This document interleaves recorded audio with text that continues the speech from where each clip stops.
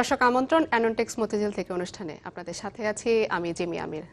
আমাদের আজ এই অনুষ্ঠানের মাধ্যমে আমরা অর্থনীতি এবং ব্যবসা বাণিজ্যের বিভিন্ন দিক নিয়ে আলোচনা করে থাকি। আমাদের আজকের আলোচনার বিষয় আবারও জিএসপি বিতর্ক।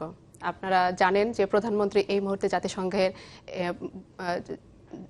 জাতিসংঘের অধিবেশনে আছেন এবং সেখানে তিনি আবারও ব্যবসায়ীদেরকে বা ইউএস প্রশাসনকে আহ্বান জানিয়েছেন যে জিএসপি বিষয়টি, বাংলাদেশকে জিএসপি না দেওয়ার বিষয়টি আবারও তিনি তুলেছেন। তো সেই হিসেবে আজকের এই বিষয়টি নিয়ে আলোচনা করার জন্য আমাদের স্টুডিওতে উপস্থিত আছেন সাবেক বাণিজ্য মন্ত্রী জিএম কাদের। জিএম কাদের, আপনাকে আমাদের স্টুডিওতে আসার জন্য স্বাগত। এই যে আমরা দেখলাম যে অনেক দিন থেকে জিএসপি বিষয়টা আলোচনায় ছিল না এবং বাণিজ্য মন্ত্রণালয় থেকেও কিন্তু বারবার বলা হচ্ছিল যে এই বিষয়টা নিয়ে তারা বাংলাদেশ আর আগ্রহ করে সেরকম কিছু বলতে চায় না, যেহেতু ইউএস তেমন কিছু করছে না এবং ইউএস কিন্তু দক্ষিণ এশিয়ার অনেকগুলো দেশকেও জিএসপি নতুন করে দিয়েছে। সেক্ষেত্রে বাংলাদেশ এই কারণে আর নতুন করে আলোচনা করতে চায় না বিষয়টি নিয়ে। কিন্তু সম্প্রতি যুক্তরাষ্ট্রে গিয়ে প্রধানমন্ত্রী জাতিসংঘের অধিবেশনে গিয়ে নতুন করে বিষয়টিকে আবার উত্থাপন করলেন। এতদিন পরে বিষয়টি উত্থাপনের বিষয়ে আপনার কাছে কি মনে হচ্ছে? আমি প্রধানমন্ত্রীকে এই ব্যাপারে ধন্যবাদ জানাবো, যেহেতু আমার ধারণা যে উনি জিনিসটির গুরুত্ব অনুধাবন করতে পেরেছেন। জিএসপি সুবিধাটা ফিরে পাওয়া আমাদের দেশের স্বার্থে, বাণিজ্যের স্বার্থে, বাণিজ্য সম্প্রসারণের স্বার্থে অত্যন্ত জরুরি এবং সেখানে আমরা যে কোনো কারণভাবে এটাকে পিছিয়ে থাকতে পারি না বা মানবাধিকারের এখানে আমি মনে করি সুযোগ থাকে না। এটাকে কিভাবে এটা অর্জন করা যায় সেদিকে আমাদের সর্বাত্মক শক্তি নিয়োগ করা উচিত। একটা কারণ হলো জিএসপিতে আমরা যখন জিএসপিটা বন্ধ হয়ে যায় তখন যে অতিরিক্ত কোনো সুযোগ সুবিধা আমরা পেয়েছি তা নয়। আমাদের মাত্র 4-5টা লাইন, 5টা প্রোডাক্ট যেত এবং সেটাও টোটাল লাস্ট যে বছর গেছে সেটা 37-38 মিলিয়নের মতো, যার জন্য আমরা ওখানে ট্যারিফ বেনিফিট যেটা পেয়েছি জিএসপির কারণে সেখানে অ্যাপ্রক্সিমেটলি $2 মিলিয়ন কাছে, যেখানে total $20 billion GSP facility America সবাইকে দেয়। কিন্তু আমাদের যে এক্সপোর্টের জন্য যে শুধু গার্মেন্টস ছাড়া অন্যান্য প্রোডাক্ট এক্সপোর্ট করতে হলে US is a big market এবং এই সুবিধাটা পেলে আমরা ইউএস মার্কেটে আমাদের এক্সপোর্ট বাস্কেটকে যেটা বলা হয় সেটাকে গার্মেন্টসের বাইরে এক্সপ্যান্ড করার একটা সুযোগ ছিল। যেমন এখানে প্লাস্টিকে আমরা পেতাম, এখন পাচ্ছি না। ফলে জিএসপি না পাওয়ার কারণে আমাদের সঙ্গে যে আমাদের সমসাময়িক আমাদের মতো উন্নত যতটুকু হয়েছে এরকম দেশের সঙ্গে আমাদেরকে কম্পিটিশনে পিছিয়ে পড়ে যেতে হবে, কারণ তারা একটা অ্যাডভান্টেজ আমাদের চেয়ে নিচ্ছে। আমাদেরকে উন্নত বিশ্বের সঙ্গে কম্পিটিশনে যেতে হবে। আমাদের এখানে প্লাস্টিক প্রোডাক্টস ভালো করছিল, পোর্সেলিন, চায়না পোর্সেলিন এগুলো যাচ্ছিল, স্পোর্টস গুডস যাচ্ছিল, টোব্যাকো যাচ্ছিল। তো এইগুলো প্রোডাক্ট যখন আমরা এখন আর নতুন করে করতে গেলে আমাদের কম্পিটিশন বেশি করতে হবে এবং নতুন কোনো লাইন যে আমরা চেষ্টা করব, গার্মেন্টসের যে কয়েকটা লাইন ছিল সেগুলো আমরা যে সুযোগ সুবিধা পেতাম সেটা পাচ্ছি না। কিন্তু অন্য যে আরও নতুন করে বাস্কেট ওপেন করব আমেরিকার বাজারে, যেটা বিশাল মার্কেট, সেখানে কিন্তু আমরা পিছিয়ে পড়ে যাচ্ছি। আরেকটা জিনিস, জিএসপি স্থগিত হওয়ার কারণে সারা আমেরিকাতে আমাদের সম্পর্কে একটা নেতিবাচক ভাবমূর্তি সৃষ্টি হয়েছে যে আমরা ভালো কাজ করছি না, তাদের যে স্ট্যান্ডার্ড অনুযায়ী আমাদের লেবার স্ট্যান্ডার্ড, লেবার সেফটি বা লেবার রাইটস অথবা work place safety and security, এগুলো বিষয়ে তাদের মধ্যে একটা বিশাল আমাদের সম্পর্কে একটা নেতিবাচক ধারণা সৃষ্টি হয়েছে এবং যার ফলশ্রুতিতে কিন্তু বিভিন্নভাবে আমরা ক্ষতিগ্রস্ত হচ্ছি যে আমাদেরকে আমেরিকার থেকে যেভাবে ইনভেস্টমেন্ট আসা উচিত বা পৃথিবীর বিভিন্ন দেশে, উন্নয়নশীল দেশে তারা যেভাবে ইনভেস্ট করছে আমরা সেইভাবে ইনভেস্টমেন্ট অ্যাট্রাক্ট করতে পারছি না। আর যেটা আরেকটা জিনিস সেটা হলো যে ভবিষ্যতে যদি আমরা করতে চাই, এটাকে এই দিন কন্টিনিউ করে জিএসপি সুবিধাটা যদি আমরা বেশি দিন কন্টিনিউ করে, তাহলে আমরা যেটা আশঙ্কা করছি, যেটা ইউরোপিয়ান ইউনিয়ন আমাদের গার্মেন্টসের সবচেয়ে বড় বাজার এখন বলা যায়, গার্মেন্টসের প্রায় 60-70% আমরা ইউরোপিয়ান ইউনিয়নে করি, তারাও কিন্তু এখন এটা নিয়ে কনসার্ন প্রকাশ করছে এবং তারা যদি আবার আমেরিকার মতো এটাকে বন্ধ করে দেয় বা সেটাকে তারা এনাফ মনে না করে আমাদের কাজ করার বিষয়টি বা আমাদের অগ্রগতিটি আমরা যেটা আমরা চাচ্ছি সেইভাবে, তাহলে তারা বন্ধ করে দিলে কিন্তু আমাদের পুরো গার্মেন্ট ইন্ডাস্ট্রি একটা বড় হোঁচট খাবে। তো আমাদের যে মেইন বাস্কেট, যে মেইন আমাদের প্রোডাক্ট বা গার্মেন্টস, সেটাও একটা হুমকির মুখে পড়ে গেছে। আর যে নতুন করে আমরা যে বাস্কেট ওপেন আরও নতুন প্রোডাক্টের জন্য বড় বাস্কেট করব, সেখানেও কিন্তু আমরা একটা হুমকির মুখে পড়ে গেছি। কী জন্য? যে আমরা জিএসপিটা যে কোনো কারণে স্থগিত হয়ে গেছে।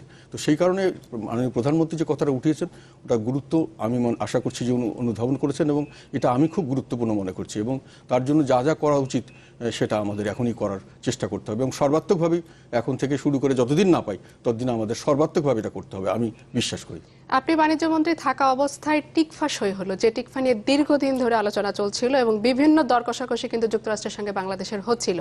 সেই ক্ষেত্রে আমাদের সামনে তখন জিএসপি ইস্যুটা ছিল এবং আমরা ধরেই নিয়েছিলাম যে টিকফা হলে জিএসপি ইস্যুটা নিয়ে আলোচনা করাটা সহজ হবে, এবং যেহেতু টিকফার আইনেই বলা হয়েছে যে যে কোনো বাণিজ্যিক বিষয়ে আলোচনার জন্য এটা একটি প্ল্যাটফর্ম এবং এই প্ল্যাটফর্মের আওতায় যুক্তরাষ্ট্র কথা বলতে বাধ্য থাকবে।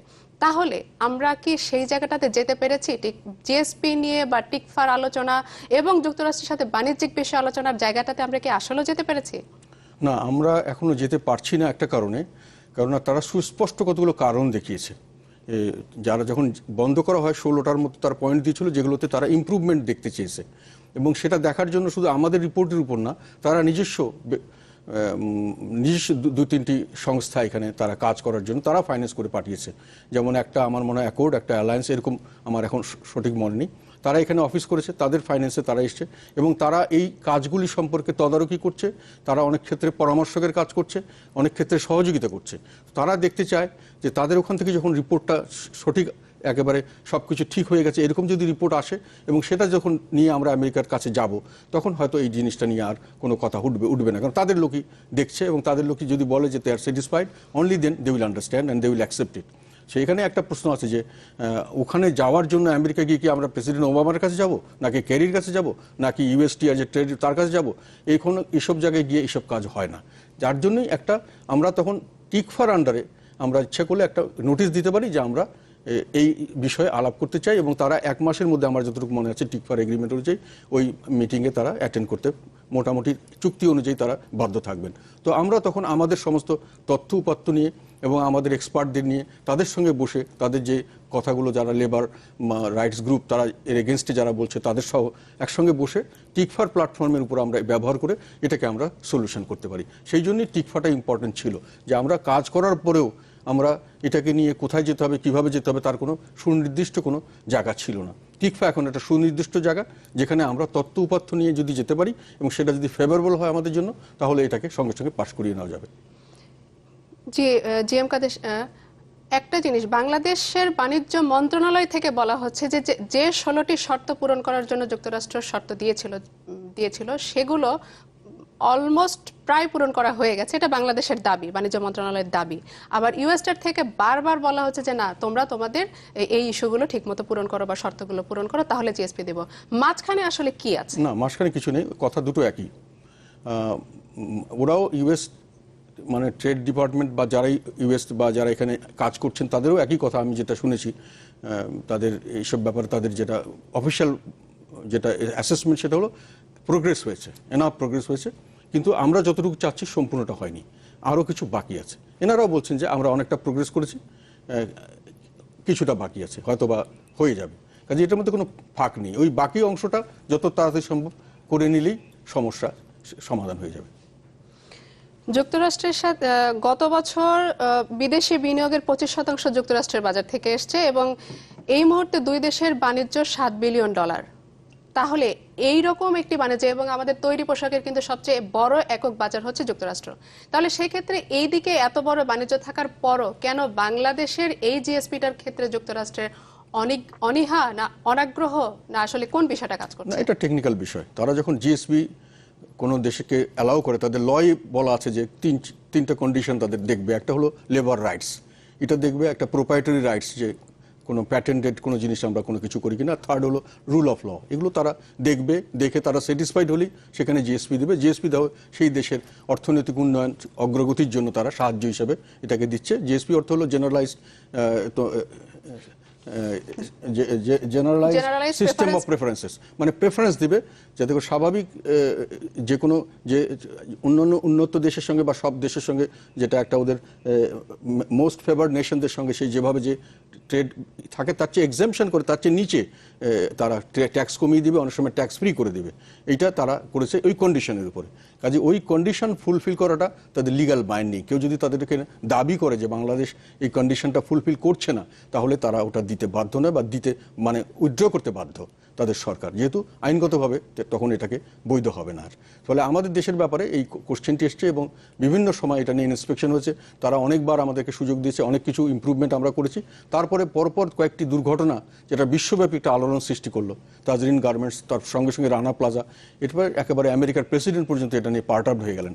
তখন তারা বললো যে না, বাংলাদেশ যা করছে তা এনাফ নয়, তার রেজাল্টই বোঝা যাচ্ছে, তারা যা বলছে সেটা সর্বতভাবে আমরা অ্যাকসেপ্ট করতে পারছি না। ফলে তখন তারা একটা শাস্তিমূলক ব্যবস্থা হিসেবে এটাকে মোটামুটি আমাদের উপরে একটা তারা বললো যে তোমরা শাস্তি আরোপ করা যাকে বলে, এরকম একটা বিষয় আরোপ করা হয়েছে। কাজে এই বিষয়টিকে আমি মনে করি যে তাদের ভিউ পয়েন্ট থেকে যেটা সত্যিকার ঘটনা, যেটা অ্যাক্সিডেন্ট হয়েছে, এখনো হচ্ছে, এগুলো দূর করার জন্য যে আমাদেরকে যেগুলো করা উচিত সেগুলো আমরা কতটুকু করেছি, কতটুকু করছি না। রেজাল্ট কিন্তু এখন পর্যন্ত মাঝে সে নেগেটিভ রেজাল্ট আসছে, যেটা সারা বিশ্বে আলোড়ন তুলছে। একসাথে 50-60-100 জন লোক মারা গেল, আগুনে পুড়ে মারা গেল, এইসব খবর কিন্তু সারা বিশ্বে একটা সারা জাগিয়ে ফেলে যে এত লোক একটা অ্যাক্সিডেন্টে মারা হয়, এবং ফ্যাক্টরি অ্যাক্সিডেন্টে, যেখানে কোনো তার মানে তাদের এইটাকে তো আমরা অস্বীকার করতে পারি না। সত্য যে ঘটনা সারা বিশ্বে আজকাল মিডিয়ার কারণে ছড়িয়ে যায়, তাদের লোক কিন্তু ইন্সপেকশন করার জন্য এখানে বসে আছে, তারা কিন্তু একেবারে ঘটনা ঘটার 10 মিনিটের মধ্যেই সেখানে হয়তো পৌঁছে যাচ্ছে বা আধা ঘন্টার মধ্যে পৌঁছে যাচ্ছে।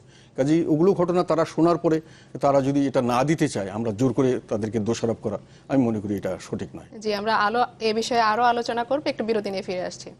দর্শক, অ্যাননটেক্স মতিঝিল থেকে এখন একটু বিরতিতে যাচ্ছে, বিরতির পর আবারও বিষয় নিয়ে আলোচনা করব, ততক্ষণ আমাদের সাথেই থাকুন।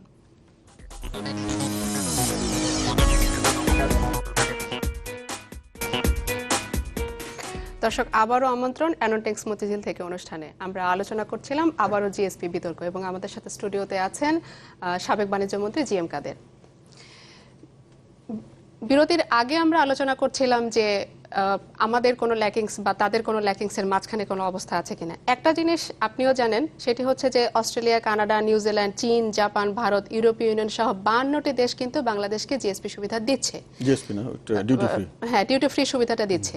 তাহলে সেই জায়গায় যদি ইউরোপের মতো দেশ বা অস্ট্রেলিয়া, কানাডা বা চীন বা ভারতের মতো দেশগুলো থেকে যখন আমরা পাচ্ছি, তাহলে যুক্তরাষ্ট্র থেকে পাওয়ার ক্ষেত্রে আসলে মূল সমস্যাটা কোথায়? না, এখানেই তো সমস্যা। যুক্তরাষ্ট্র যখন বলছে যে এখানে কিছু সমস্যা আছে, তখন কিন্তু সবাই এটাকে অ্যাকনলেজ করেছে, কেউ কিন্তু এটার বিপক্ষে বলেনি, সবাই এর সমর্থনই ছিল। এবং তারা কিন্তু একই সুরে বলেছে যে আমরা ডিসকন্টিনিউ করছি না, কিন্তু আমরা চাই যে তোমরা এই সমস্যাগুলোর সমাধান করো, যেটা যুক্তরাষ্ট্র যে অভিযোগগুলো তুলেছে সেই অভিযোগগুলি সমাধানের ব্যবস্থা করো। এইটাই এখানে ভয়ের ব্যাপার, যে এই সমস্ত দেশ, বিশেষ করে যেটাকে উন্নত বিশ্ব বলা হয়, ইউরোপিয়ান ইউনিয়ন, অস্ট্রেলিয়া, কানাডা দিচ্ছে, সবাই কিন্তু কনসার্ন জানিয়েছে তাদের। অস্ট্রেলিয়া দিচ্ছে বোধহয়, হ্যাঁ অস্ট্রেলিয়া দিচ্ছে।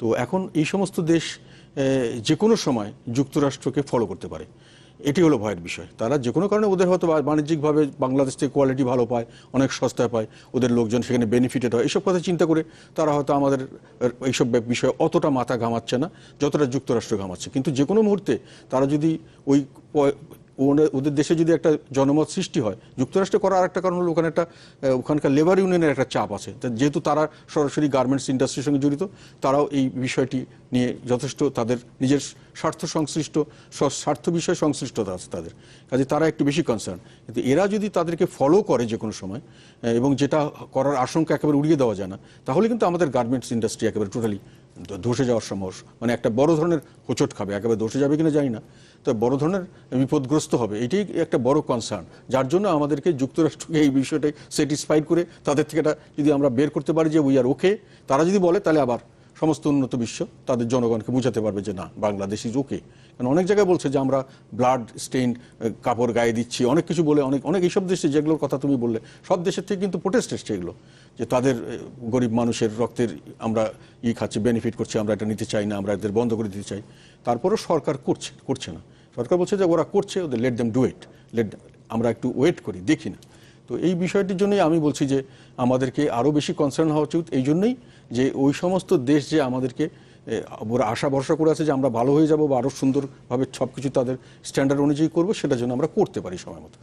একটা বিষয় আমরা লক্ষ্য করি, সেটা হচ্ছে যে বিষয়টাকে মানে আমি ঠিক জানি না রাজনৈতিক বা কিনা বা এরকম, যদি আমরা দেখি যে সর্বশেষ কিন্তু জন কেরি মার্কিন পররাষ্ট্রমন্ত্রী এসে বাংলাদেশের সাথে মানে সফর করে গেলেন, তো সেক্ষেত্রে আমরা কিন্তু দেখতে পাচ্ছি যে আমাদের রাজনৈতিক সম্পর্ক বা আমাদের দ্বিপাক্ষিক সম্পর্কটা বোধহয় আগের চাইতে অনেক ভালো, বা বা মানে যেভাবে চলছে সেটাকে মোটামুটি ইতিবাচক বলা যায়। তাহলে এই ইতিবাচক দিক থেকে কি আমরা জিএসপিটাকে কি মানে যুক্তরাষ্ট্র কনসিডার করতে পারছে না? না, এটা হলো টেকনিক্যাল বিষয়, এটা রাজনৈতিক বিষয় না, এটা কিন্তু পুরোপুরি টেকনিক্যাল বিষয়। সম্পর্কটাকে টেকনিক্যাল জায়গাটাকে আমি একটা উদাহরণ দিই, সম্পর্ক যতই আমার ভালো হোক, কথা বলছি, আমার সম্পর্ক যতই ভালো হোক, একটা কোনো দেশে, আমেরিকার থেকে একটা কোনো কন্টামিনেটেড জিনিস যদি আমার দেশে আসে, যেটা আমি বুঝতে পারছি যে কন্টামিনেটেড যে কোনোভাবে হোক, বা আমার দেশ থেকে যদি কোনো জিনিস যায় যেটা ওখানকার ভেজাল একটা খাবার, কথার কথা বলছি, সেটা ওদের সম্পর্ক যতই ভালো হোক, ওদের দেশের প্রেসিডেন্ট বললেও হবে না, ওদের দেশের প্রধান আর অন্য কেউ রাজনৈতিক নেতারা বললেও হবে না, ওদের যে টেস্টিং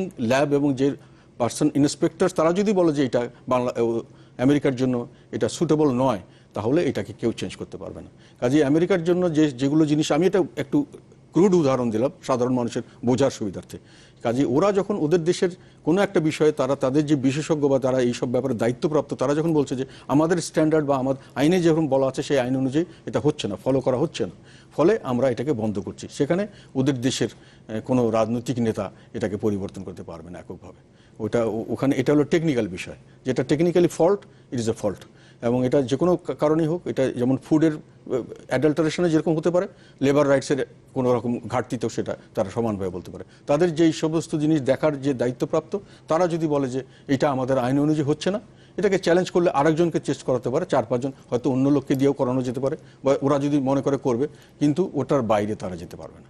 ওদের দেশে সিস্টেমগুলি উন্নত দেশে এরকমভাবেই কাজ করে। এটা পুরোপুরি টেকনিক্যাল বিষয় এবং আমি মনে করি এর সঙ্গে রাজনীতির তেমন কোনো সম্পর্ক নেই। যুক্তরাষ্ট্র যেটা চায় সেটা হচ্ছে যে নারীদের উন্নয়ন বা নারীদেরকে অগ্রাধিকার দেওয়া। আমাদের গার্মেন্টস সেক্টরে কিন্তু নারীদেরকে অনেক বেশি অগ্রাধিকার দেওয়া হয়েছে এবং প্রধানমন্ত্রী কিন্তু সেই বক্তব্যেও বলেছেন যে আমরা নারীদেরকে যে অগ্রাধিকার দিচ্ছি মানে বিভিন্ন কাজের ক্ষেত্রে, সে বিষয়টা বিবেচনা করেও কি যুক্তরাষ্ট্র এই ব্যাপারটাতে নরম হতে পারে না? না, ওই বিষয়টার কারণেই কিন্তু তারা এত শক্ত হয়েছে, যে এখানে নারীরা কাজ করছে এবং তাদেরকে বিভিন্নভাবে তাদের যে সুযোগ সুবিধা দেওয়া উচিত সেটা বাংলাদেশ দিচ্ছে না অনেক ক্ষেত্রে, এবং এদেরকে এরা অপেক্ষাকৃত দুর্বলতর সমাজের অংশ, এবং তাদেরকে যে সুযোগ সুবিধা বা যে তাদের অধিকার সেটা প্রপারলি সরকার এনশিওর করতে পারছে না। এবং এইটাই কিন্তু একটা বড় কারণ যার জন্য আমেরিকানরা এইটার বিষয়ে যে এদেরকে রক্ষাও যেমন করতে চায়, তেমন এই নারীদের ইন্টারেস্টটাও তারা কিন্তু বন্ধ করতে চায় না। তারা চায় যে বিশেষ করে ইউরোপ বন্ধ করেনি, অন্য কানাডা বন্ধ করেনি, তাদের একটা কনসার্ন হলো যে আমরা চাই যে এরা নিজেরা ইমপ্রুভ করুক, কিন্তু ওয়ার্কিং কন্ডিশনগুলো ইমপ্রুভ করুক, কিন্তু এদেরকে জন্য আমরা সেভ করতে পারি। সেই জন্য তারা নিজের খরচে লোক পাঠিয়ে এখানে ইন্সপেক্টর বসিয়েছে, তারা পরামর্শ দিচ্ছে, তারা সাহায্য করছে, তারা বিভিন্নভাবে তাদেরকে চাচ্ছে যে আমরা যেন তাদের স্ট্যান্ডার্ড অনুযায়ী পুরো করতে পারি। এটা একটা বড় কনসার্ন, এবং এই কনসার্নের কারণেই কিন্তু এত জোরে সোরে তারা লিখেছে যে নারী শ্রমিক, এবং যে কোনো সোসাইটিতে বাংলাদেশের সমাজেও নারী শ্রমিকরা অন্যান্য শ্রমিকের চেয়ে দুর্বলতা, তারা অধিকার রক্ষায় তারা অত তৎপর বা অত কার্যকর হতে পারে না। তাদেরকে অধিকার রক্ষায় কার্যকর করার সহায়তা করার জন্য সরকারের উপর চাপ সৃষ্টি করছে তারা।